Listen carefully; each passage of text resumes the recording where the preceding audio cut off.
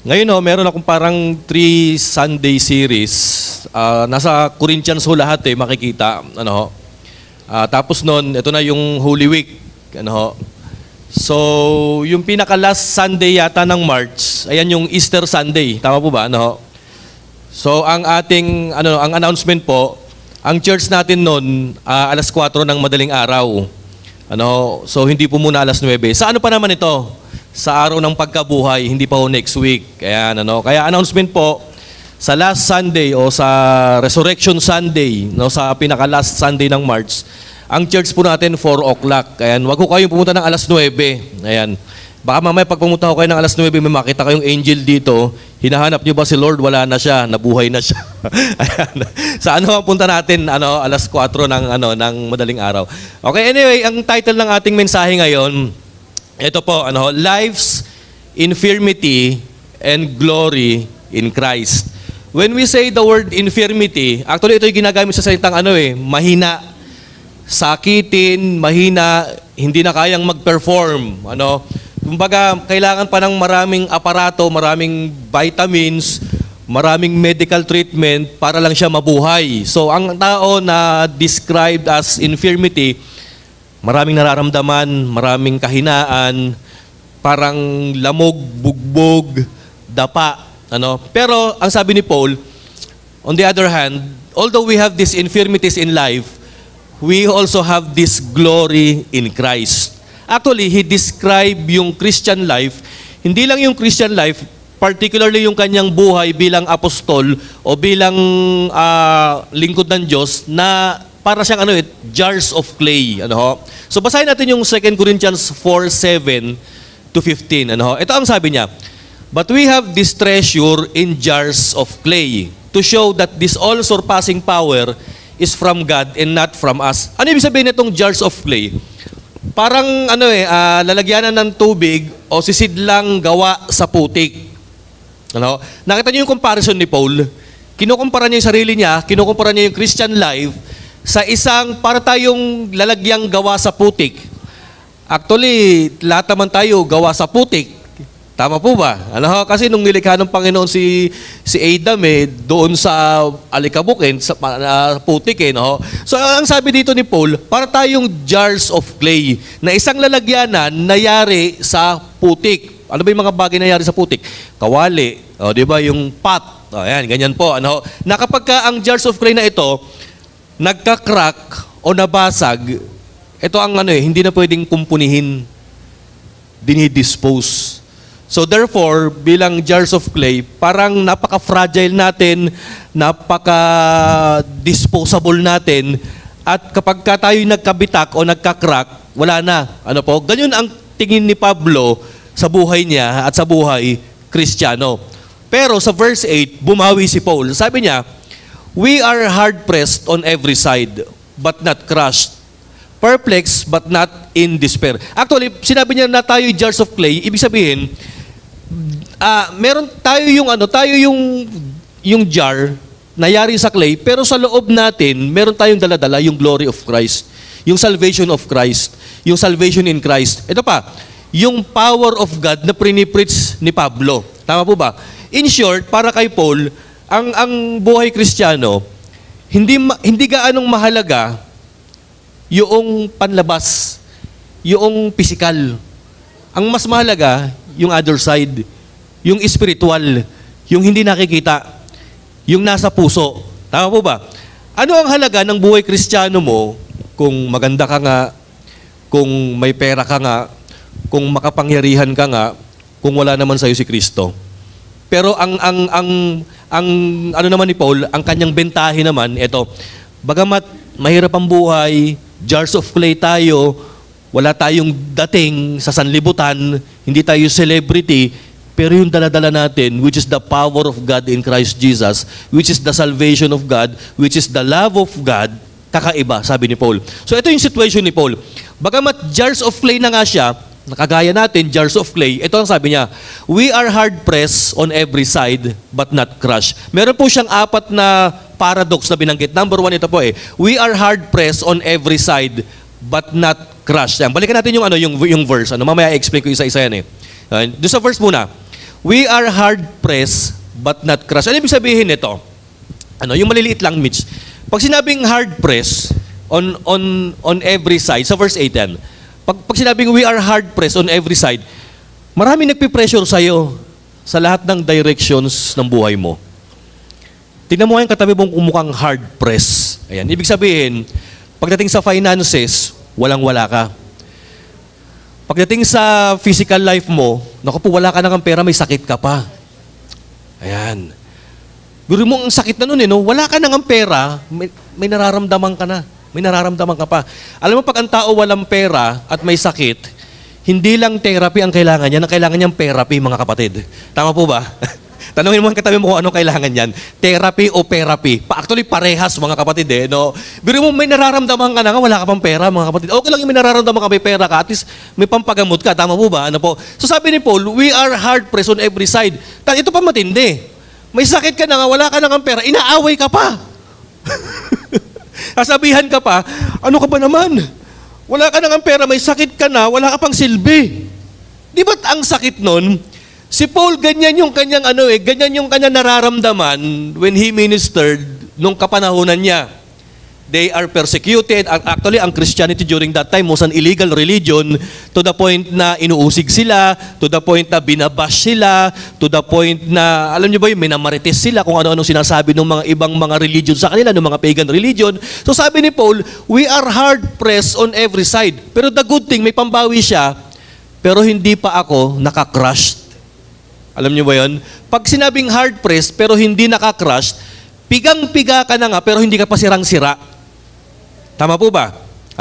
Lamog ka na pero lumalaban pa. Pero kaya pa. Actually, ang idea ng hard-pressed on every side, ito, para silang mga Kristiyano na sinali sa gladiator, wala silang way palabas, pero God will make a way. Ayan. Ito yung pangalawang paradox na ginamit ni Paul. Perplexed but not in despair.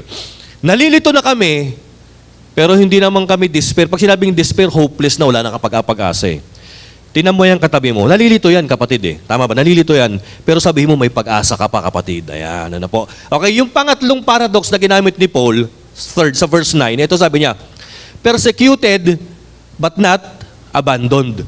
Inuusig kami, pero hindi pa kami iniiwan ni Lord. Ayan. Ito yung pang-apat na paradox. Struck down but not destroyed. Pag sinabing struck down, this is the idea na makikita sa boxing. Di ba't kung minsan yung mga boxingero, pagka nasa pok, nahilo, na-knock out.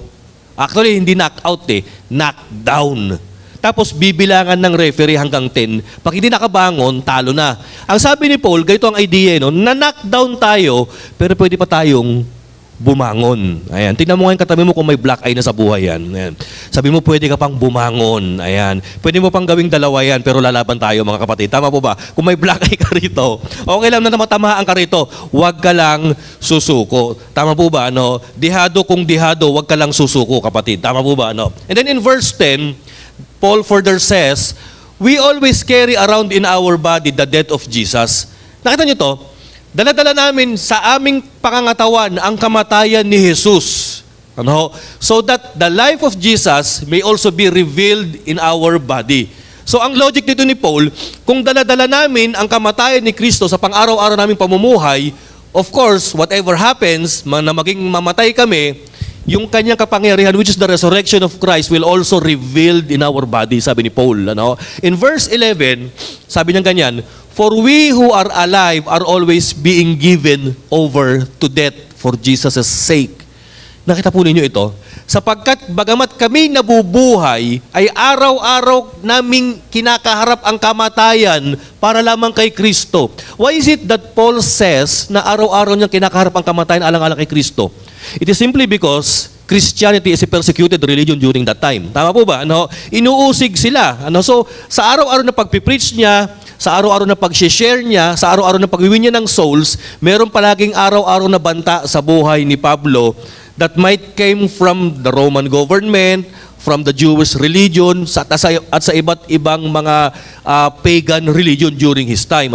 So sabi niya ganyan, we are always being given over to death for Jesus' sake, so that in life may be revealed in our mortal body. Sapagkat bagamat kami araw-araw na, natitreaten, pero sa pagpipreach namin ng pag-ibig ni Kristo, merong buhay dyan. Ayan, ano? And then in verse 12, sabi niya ganyan, so then, death is at work in us, but life is at work in you. Anong ibig sabihin nito? Sabi ni Paul, bagamat palagi kami nasa banta ng kamatayan, pero whenever we preach, dun sa mga taong pinag-preachan namin, life is working in them, sabi ni Paul. In verse 12, sabi pa niya ganyan, 13 pala. In verse 13, sabi niya, it is written, I believe, therefore I have spoken. With that same spirit of faith, we also believe and therefore we speak, sabi ni Paul. Kung ano yung pinaniniwala ako, of course, yun yung sinasabi ko. Kung ano yung conviction ko, yun yung lumalabas sa aking bibig, sabi ni Pablo. In verse 14, sabi pa niya, because we know that the one who raised the Lord Jesus from the dead will also raise us with Jesus and present us with you in His presence. Sapagkat alam namin na yung Diyos na nagbuhay kay Kristo nung Resurrection Day, ay siya rin ang magbubuhay sa amin kung sakaling may mangyari sa amin, sabi ni Paul. Last verse, sa verse 15, sabi niya, all this is for your benefit, so that the grace that is reaching more and more people may cause thanksgiving to overflow to the glory of God. Ano ang sabi dito ni Paul? Ano ang pambawi dito ni Pablo? Ang sabi ni Paul, ito bagamat ang hirap ng buhay, ang hirap mag-preach, ang hirap maging Kristiyano, ang hirap magpaka-Kristiyano, pero sa patuloy na pangangaral namin na sa kabila ng banta ng kamatayan, yung thanksgiving, yung mga taong na be blessed because of our message, because of the treasure that we are revealing to them, sabi ni Paul, ay nagkokos ng thanksgiving at overflow sa glory ng ating Panginoon. Alam niyo, ang tingin ni Pablo sa sarili niya, very insignificant outwardly and physically. Jars of clay nga pero sa loob, meron siyang kakaibang jewel na nagmula kay Lord, and that is the gospel of Jesus Christ. Ayan. Tayo rin, mga kapatid, hindi man tayo malapursilanan ng mga mala-celebrity ang itsura natin, pero sa loob natin, yung joy, yung salvation, yung grace, and yung forgiveness na na-receive natin sa ating Panginoon. Tanungin ko kayo, ano mas gusto nyo? Sanggan dikit mo, tropa mo, o okay kayo ng mga sanlibutan, pero si Lord di ka naman kilala? Ako mas gusto ko ng I am persecuted by the world, pero tropa at sanggan dikit ko si Lord. Tama po ba? Okay, tingnan natin isa-isa yung 4 paradox na binanggit dito ni Pablo. Number 1, ito. We are hard-pressed on every side, but not crushed. Ay, nasabi ko na kanina. Paki-ano nga sa next slide. Sabi ko nga po rito, our situation might be dead end, but our soul can reach into the power of God. Ayan. Hard pressed on every side. Biruin mo, tatakas ka, may nakaharang na kalaban. Tatakas ka sa kaliwa mo, may kalaban. Kanan, meron. Sa likod mo, meron. Sa taas mo, meron. Sa baba, meron pa rin.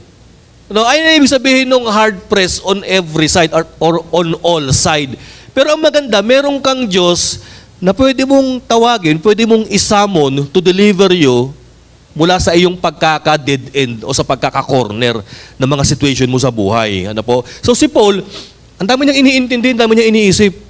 Andyan yung persecution, andyan yung paninira, andyan yung kahirapan ng buhay, andyan yung meron pa siyang sakit.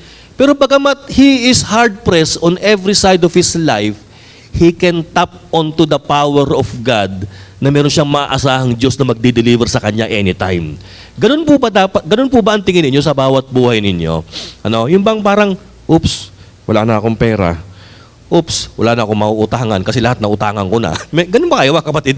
Oops, wala na akong mahihingan. Alam ko na, pwede akong mag-tap kay Lord, mga kapatid. Alam nyo, mga kapatid, pansinin niyo ang buhay nyo, tanongin ko kayo, ilang beses ka nang na-corner?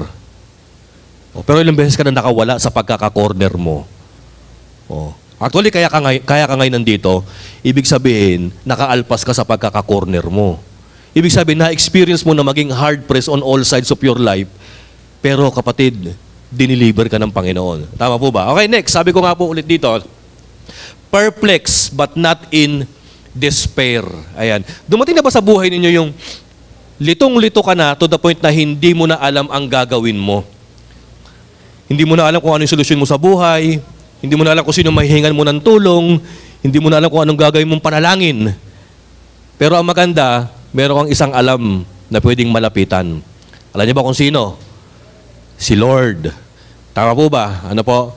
May mga tao na madaling lapitan pero mahirap hagilapin. May mga tao naman na madaling hagilapin, ang hirap naman lapitan. Tama po ba? Si Lord pareho, madaling hagilapin at madaling lapitan. Tama po ba? Kaya dapat tayo mga kapatid, kay Lord lalapit. O, tama po ba? No? So although we are perplexed, hindi mo na alam kung ano ang solusyon, hindi mo na alam kung ano ang gagawin mo, kapatid. No? Pero kapatid, ang maganda sabi ni Paul, hindi ka desperado. There is hope. Para bang sa buhay natin, meron tayong emergency button in life. No? Kumbaga parang kang eroplano na magka-crash na kahit na anong control mo doon sa manubela ng eroplano mo, kahit na anong gagawin mo na, pero pag pinindot mo yung button na ito, pwede kang mag-eject, mag-parachute sa ere, at maging safe. No? So perplexed but not in despair, mga kapatid. Ayan.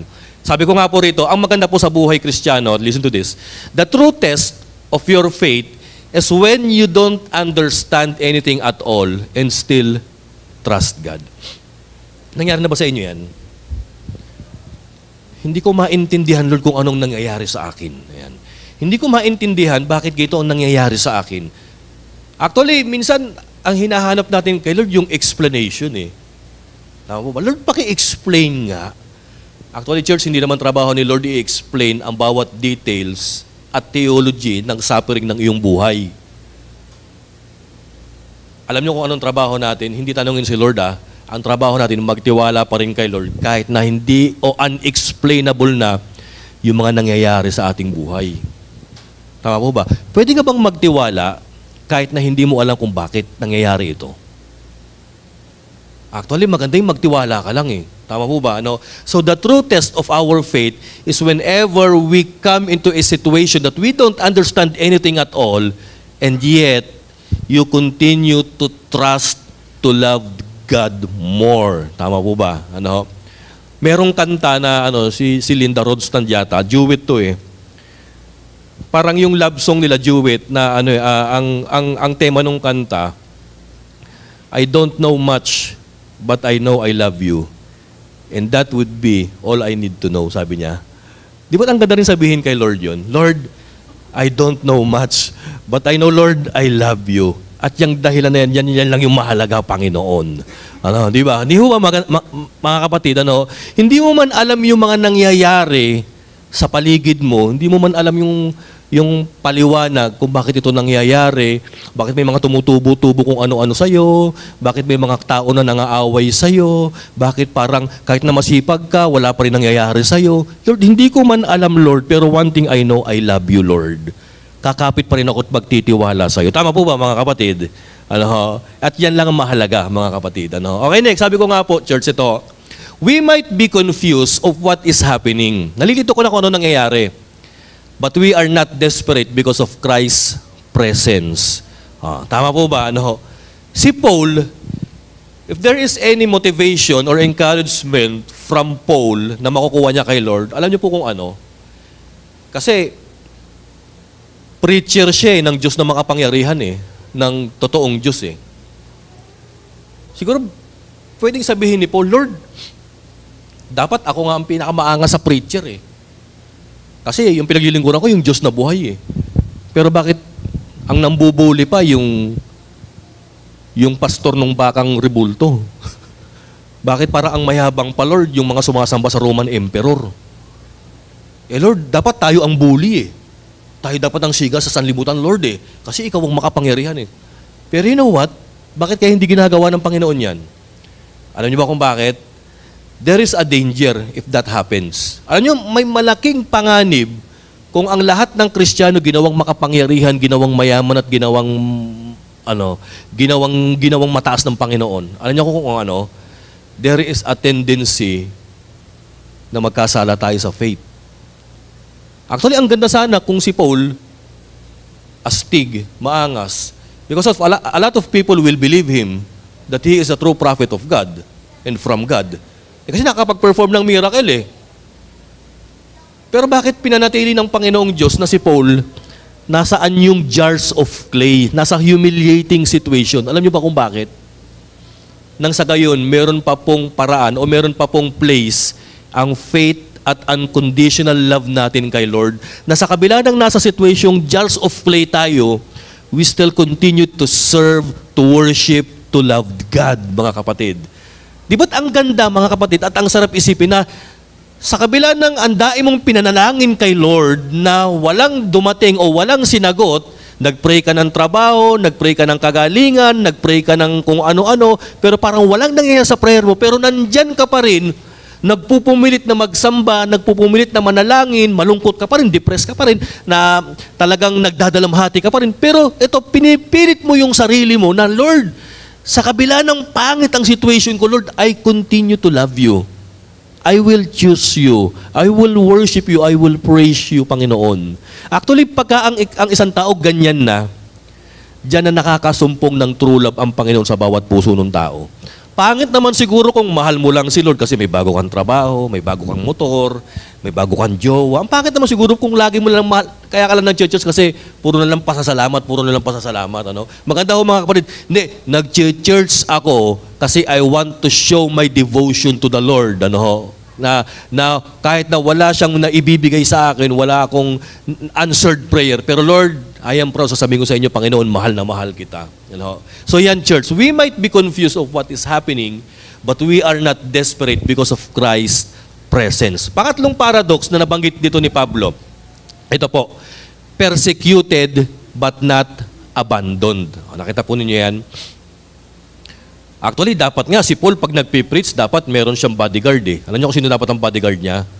Mga angel eh.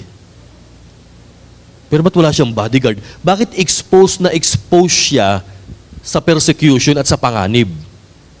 Alam niyo ba kung bakit, mga kapatid? Kasi nga nasa jars of clay siya eh. Ano? Sabi ni Paul, persecuted ako, pero hindi ako iniwan ng ating Panginoon. Ayan. Alam niyo, maganda sa mga Kristiyano, noong unang panahon, bagamat sila'y inuusig, patuloy pa rin silang pinaglilingkuran ng Panginoon. Kasi kung minsan yung mga Kristiyano ngayon matatalino eh. Nagpunta sa isang illegal country ang Christianity. Di Christian siya. Nung inusig na siya, nung tinutukan na ng baril, Kristiyano ka ba? Oo, Kristiyano ko. Babarilin na kita. Hindi, joke lang. Hindi na ako Christian. Ayan. Nung nakauwi na ng bansa, Christian na ulit ako. Bleh! Minsan may mga ganun eh, no? Yung bang, yung bang pagka natututok na nung panganib, hindi na ako Christian. Tropa na tayo, tropa na. Pagka nakauwi na ng hindi, Christian na ulit ako. Kala nila na usahan nyo ako. Ganun eh. Actually, pero mas maganda pa rin yung maipakita mo yung stand mo kay Lord eh, no? Na bagamat you are persecuted, kinulong ka kay Kristo, sinaktan ka kay Kristo, binuli ka dahil kay Kristo, pero hindi mo nilaglag si Kristo kasi si Kristo never abandoned you, mga kapatid. Alam niyo po, ito ang sabi ko, no?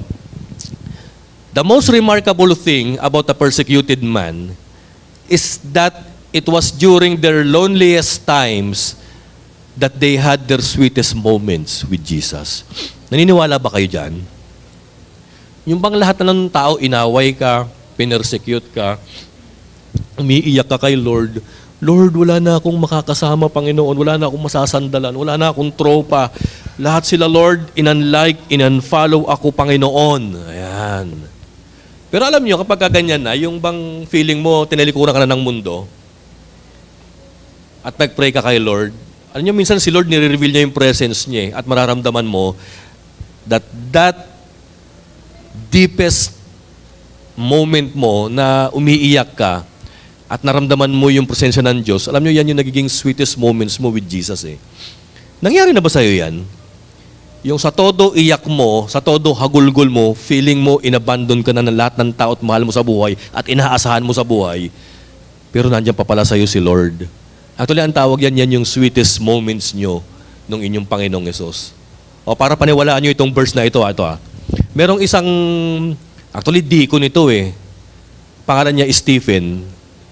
Sa Acts 7 po yata ito. Nangangaral si Stephen, pero nung nahuli siya, nung mga persecuting Jews, actually pinagbabato siya eh. Nung mamamatay na siya, anong sabi sa Bible? Nakita raw ni Stephen si Jesus sa taas eh. na parang wini-welcome siya ng langit. So biruin nyo, no, para kay Stephen, nung pinagbabato siya nung kanyang mga persecutors at naghihingalo na siya, that was his sweetest moments with Jesus, that he saw the glory, the beauty of Jesus. It is as if Jesus Christ is telling him, well done, my good and faithful servant Stephen. Hindi mo ako inabandon, hindi rin kita i-abandon. Kapatid, kahit na magalit ang lahat sa iyo, basta okay kayo ni Lord, tuloy lang ang buhay. Ang mahirap, kapatid, tropa mo si Biden, tropa mo si Putin, si Xi Jinping, tropa mo, pati si Taylor Swift, kajuwit mo sa video, okay, kapatid. Pero kung hindi ka naman sanggan dikit kay Lord, pangit yun, kapatid. Nako ba? Maganda, kapatid, kahit na insignificant ka, pero nasa listahan yung nasa listahan yung pangalan mo sa langit, kapatid. Ang mahirap, kapatid, ito. Yung pangalan mo nasa listahan sa lahat ng ayuda. Yung pala wala sa langit yung listahan ng pangalan mo, kapatid. Oh, biruin mo lahat ng pangalan ng ayuda, senior, meron ka, nandun ka lahat, nandun ka. Pero sabi ng angel sa'yo, nasan yung pangalan mo sa langit? Sasabihin mo, ay wala po pala. Nasa baba pala yung pangalan ko, nakalista lahat doon. Alam niyo, mas maganda, kapatid, kahit na i-persecute ka, i-out ka kahit sino man, pero ang pangalan mo nakalista sa langit. Tama po ba, mga kapatid? Ayan. Sabi mo sa katabi mo, mag-move on ka na kasi hindi nakalista yung pangalan mo sa ayuda. Ayan. Okay, next. Ano yung sunod na sabi ko rito? Pang-apat po, struck down but not destroyed. At ang ganda nitong idea na ito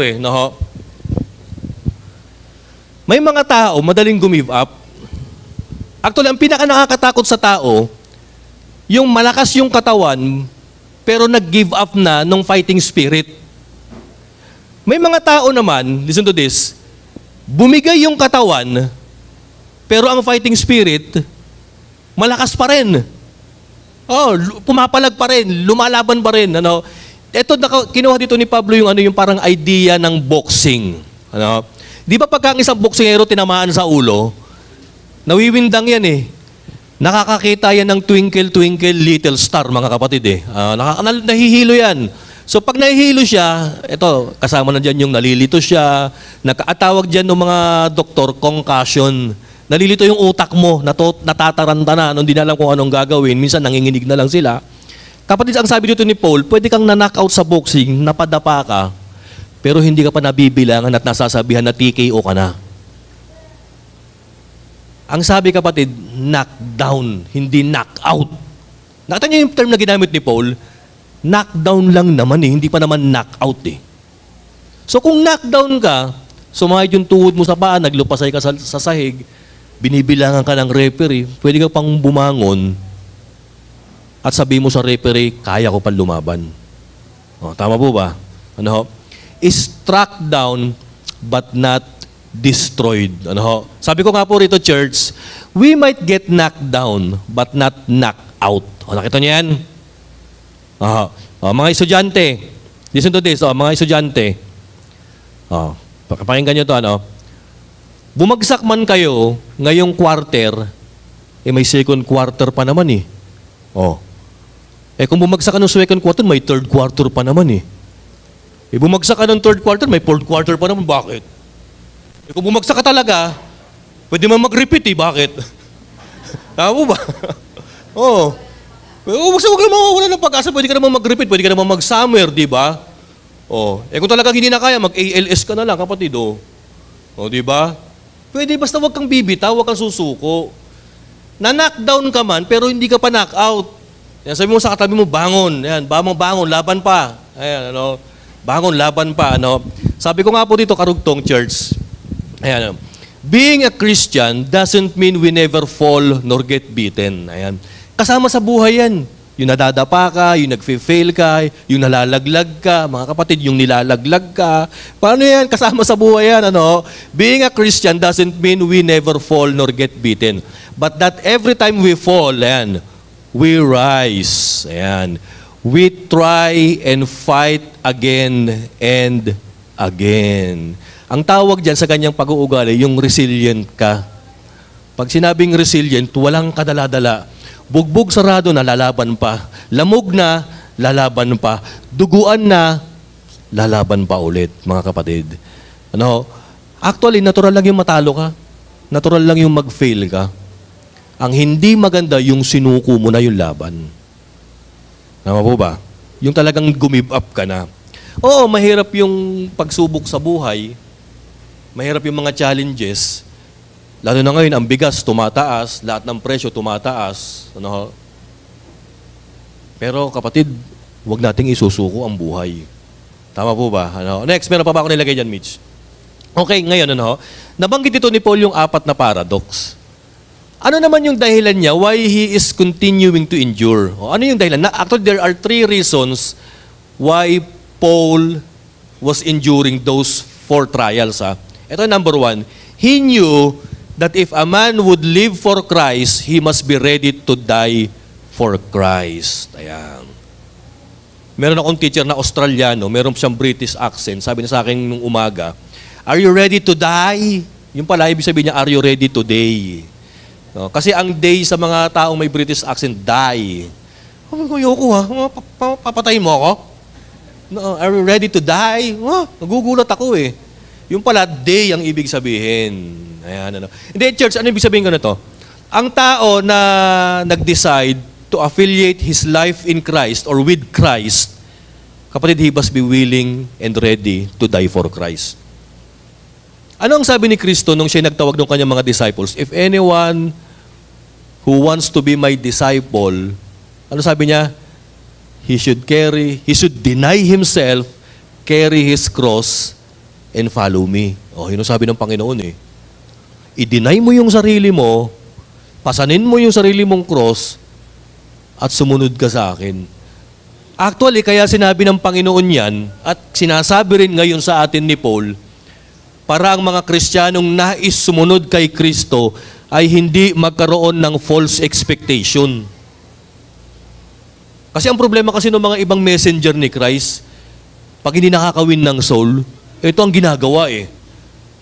Maniwala, umanib kayo kay Lord, magiging pogi ka. Ayan. Maniwala, umanib ka kay Lord, gagaling mga sakit mo. Maniwala at umanib ka kay Lord, magkakatrabaho ka, yayaman ka. Ganun ang ginagawa eh. Eh syempre, yung mga tao, ay, popogi raw ako, gagaling daw ako, yayaman daw ako. Di umanib kay Lord. O, nasaan na yung yaman? Nasaan yung pagkapogi ko, bakit ganun pa rin ako? O, nasaan na yung gumaling yung mga sakit-sakit ko, ba't may sakit pa rin ako? Kaya nagkakaroon ng false expectation, kapatid eh. Pero si Jesus Christ, lahat ng mga iniimbitahan niya, ano sinabi niya? Hindi. Kung talagang gusto mong sumunod sa akin, sige, you should deny yourself, carry your cross, and follow me. O, tanungin mo ngayon katabi mo, susunod ka pa rin ba kay Lord? O, yan, ano? Yun ang mahirap na challenge ng ating Panginoon. Pero ang maganda, kapatid, ito ang maganda, no? Ang maganda kay Lord, nagbigay siya at the end of the journey ng ating buhay, nagbigay siya ng glory. And that is the glory of Christ in heaven, mga kapatid.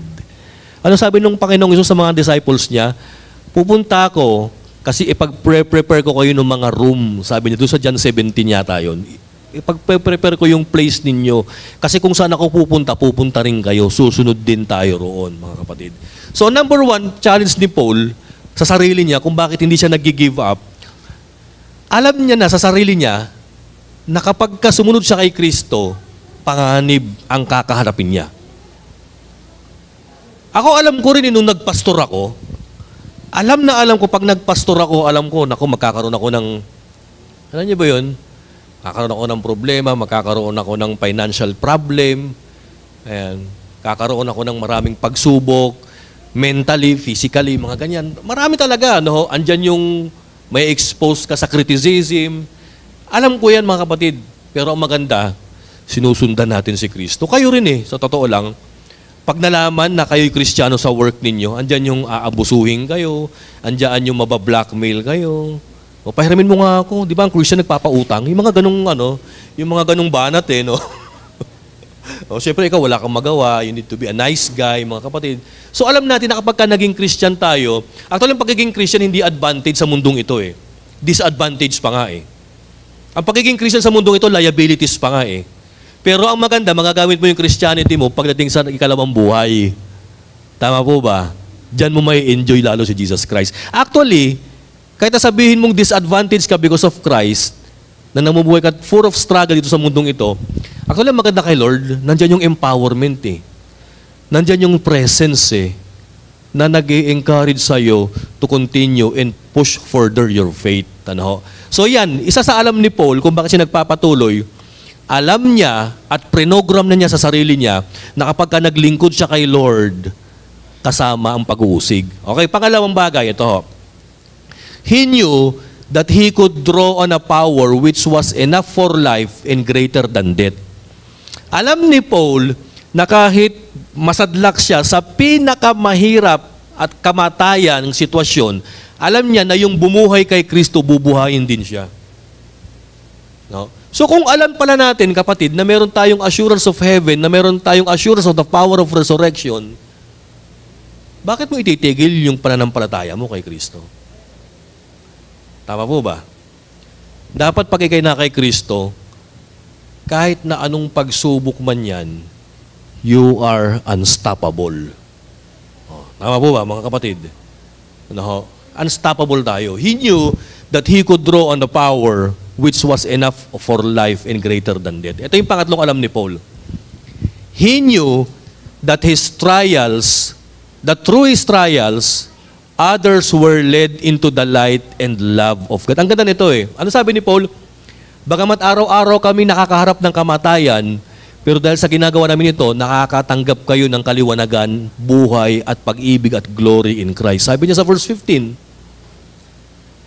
Di ba't ang sarap, church, na kahit ang hirap ng paglilingkod, ang hirap ng ginagawa mo sa church, sa ministry, nagsisell group ka, naghahanda ka ng pagkain. Kami ni Kim, nagkaganon kami sa cell group eh. Pag nagsisell group kami, ang hirap mag-invite, ang hirap mag-share, pinagpipray mo. Pero alam niyo sa kabila ng ginagawa mong ito, hindi mo namamalayan may nabibless pa ng tao sa pinagagagawa mo. Oo. Nagpipreach ka, nagpipray ka, pero because of your preaching, of your message, a lot of people who heard, nababago, na transform, nabiblessed, and they came to realize the love of God that is in Christ Jesus para sa kanila, mga kapatid.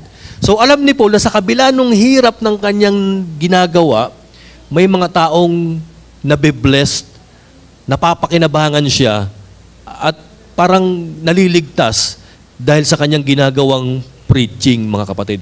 Di ba sa trabaho, ganyan din kayo, church?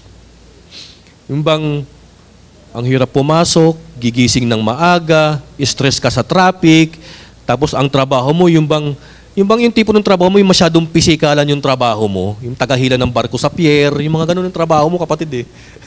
Yung sangkalan sa palengke yung likod mo. Pero sa kabila na nauuwi ka sa tahanan nyo, may sweldo ka, kasi may anak na umaasa sa'yo at misis. Tama po ba, mga kapatid? Ang ganda kaya nung ganun, yung bang hirap na hirap ka, pero dahil sa paghihirap at sacrifice mo, kapatid, may ibang tao nagiging nabe-blessed, nagiging comfortable because of your sacrifice. Alam niyo po kung anong tawag dyan kapag ganyan ang ginagawa mo? Isa kang bayani. Ayan. Isa kang martir kay Kristo. Actually, martir ka ng family mo. Isa kang breadwinner. Kasi nagsasuffer ka, you are willing to suffer in exchange for others' comfort, mga kapatid. Oh, di ba? Yung bang nagtatrabaho ka, 4 na oras lang ang tulog mo, kapatid. Ang hirap-hirap. Tapos yung pinagtatrabahuan mo, 4 na oras lang ang gising, mga kapatid. Ano? Yung bang kahit na talagang nag-aano ka eh, nagpupursige ka eh. Ano? So, ganun din po sa pananampalataya. Ano? Okay, ngayon dito na ho tayo nagtatapos. Tayo po tumayo, George. Right now, ang challenge ko sa inyo ngayon, pwede bang mag-reflect kayo ngayon? Actually, gusto kong manawagan kung sinong gustong tumanggap kay Kristo eh. No? Sino rin yung gusto ditong i-accept si Jesus bilang kanyang tagapagligtas, bilang yung kanyang Lord and Savior? Kapatid, huwag kang mahiyang lumapit. Sige. Awitin natin yung isang awit, yung lilim. Merong isang phrase dun sa awit na nag-iwan ng impression sa akin eh. Yung chorus nga, Mitch, yung mananatili, ito sabi niya eh, mananatili sa iyong lilim, sige, at sasambahin ka sa dakong lihim. Ito napansin ko sa faith, church. Pagka tayo nakakaranas ng, alam niyo yung apat? Sige, pressure, pag tayo nakakaranas na tayo na perplex, nalito, pagka tayo nakakaranas ng knockdown, pagka tayo nakakaranas ng persecution, alam niyo parang ang nangyayari sa atin, nadadala tayo sa faith natin eh. Lord, parang ang hirap naman kumanta pagka puro pressure. Ang hirap kumanta, Lord, pagka puro na lang sugatan yung puso ko. Pero alam mo, sabi nung kanta, hindi, lumilim ka lang. Maglilim ka lang. Ano? Yung bang mananatili ka lang sa lilim ng Panginoon. At under dun sa lilim ng Panginoon comes this empowerment and encouragement. Sabi nga rito sa awit, ito, ang pag-ibig mo sa akin tugon, kailanman yan.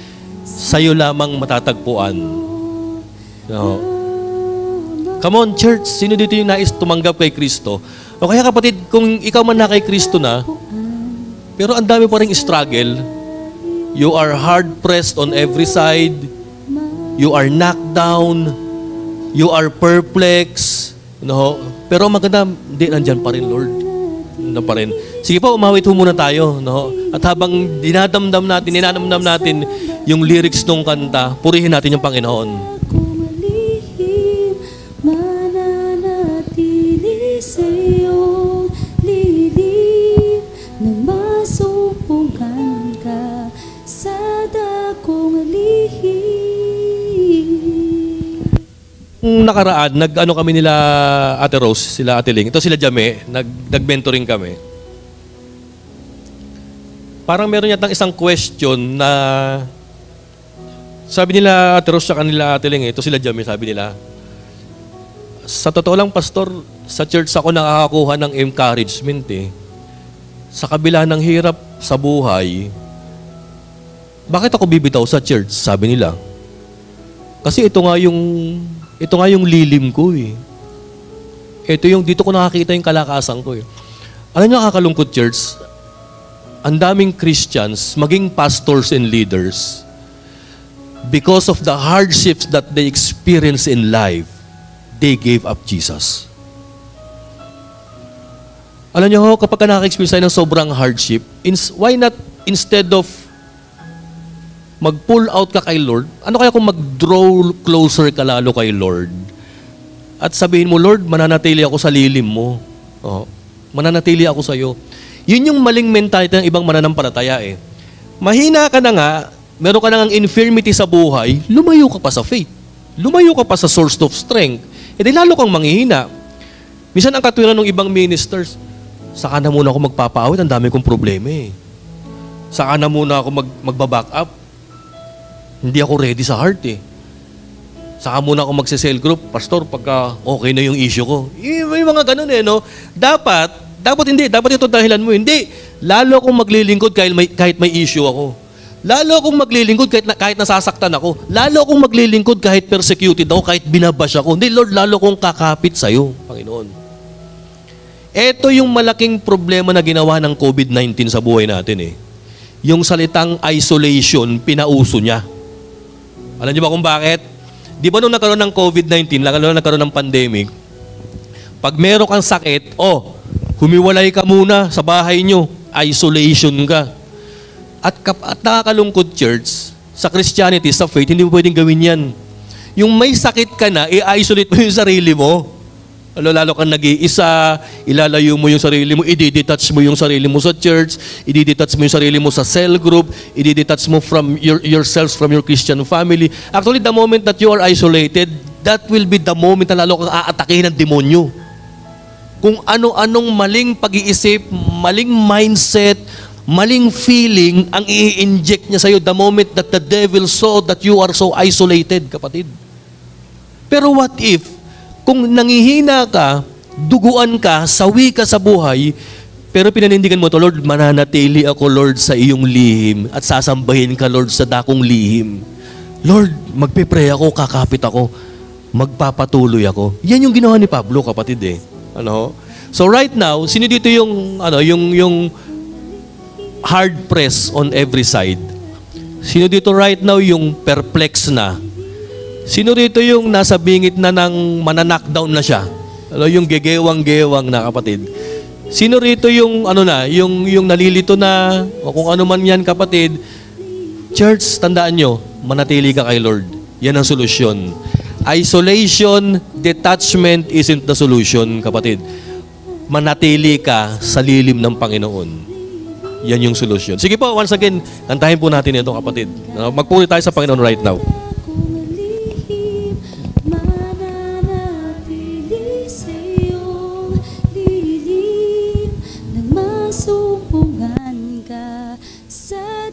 Kung lihim, mananatili sa iyong lilim at sasambahin ka sa dakong lihim, mananatili sa iyong lilim nang masumpungan ka sa dakong lihim. Let's pray. Father, once again, Lord, thank you, Lord, for the encouragement. Nawa, Lord, itong verse ng awit na to, Lord, manatili sa puso namin, that whenever we face troubles, hardships in life, Lord, nawa huwag kaming mag-isolate, huwag kaming mag-detach sa family namin, sa Christian faith namin, sa church namin, sa cell namin. Huwag nawa namin bitawan, Lord, yung ministry namin. Bagkus, Lord, ang gagawin namin, Lord, manatili, Lord, sa inyong lilim at patuloy kang sasambahin, Lord, sa dakong lihim. Father, right now, Lord, I am praying, Panginoon, sa aking mga kapatid. Hindi ko man alam particularly, Lord, yung kanilang situation ngayon o yung kanilang pinagdadaanan. Pero, Lord, nasisense ko, some of them, Lord, were hard-pressed right now. Some of them, Lord, were perplexed. Some of them, Lord, are in the verge of giving up or of getting knocked down na, Panginoon. Pero ang maganda, Lord, although we have or we are these treasures of jars of clay, Panginoon, na bagamat, Lord, napaka-insignificant yung physical, yung outward life namin, pero Lord, meron parang renewal of strength every day inside of our heart through Jesus Christ. Salamat, O Lord, for this encouragement, O Lord, for this empowerment. Nawa, Lord, palagi kaming makatanggap, Lord, ng kalakasan sa ilalim ng inyong lilim, Panginoon. Lord, we're claiming, Father, encouragement and empowerment right now, na nawa, Lord, kung maka-experience kami, Lord, ng hardships and troubles in life, Lord, manatili kami sa iyo, maglilingkod kami, Panginoon. Salamat, Father God, ito po ang aming panalangin. In Jesus' name we pray. Amen. Amen. God bless po, mga kapatid.